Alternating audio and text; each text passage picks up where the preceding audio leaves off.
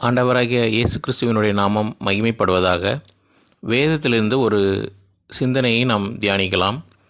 இப்படியாக வேதத்தில் சொல்லப்பட்டிருக்கிறது, அந்த களிமண் கெட்டு போயிற்று, அவர் அதை மீண்டும் ஒரு பாத்திரமாக வணைகிறார் என்று. உங்களுடைய வாழ்க்கையிலும் கூட அநேக நேரங்களிலே நாம் இப்படியாக சிந்திப்போம், என்னுடைய வாழ்க்கை இப்படியாக வீணாகிவிட்டது என்று. அப்படி இருந்தால் நீங்கள் கவலை கொள்ள வேண்டாம். ஆண்டவராக இயேசு கிறிஸ்துவினிடத்தில் உங்களுடைய வாழ்க்கையை நீங்கள் சமர்ப்பிக்கும் போது ஆண்டவர் அந்த கெட்டுப்போன வாழ்க்கையை சீர்படுத்துகிற தேவனாக இருக்கிறார். அவர் நீங்கள் இழந்ததை மீண்டும் உங்களுக்கு மீட்டுத்தர வல்லவராக இருக்கிறார். அவரை விசுவாசியுங்கள். தேவன் தாமே உங்களை ஆசீர்வதிப்பாராக. ஆமேன்.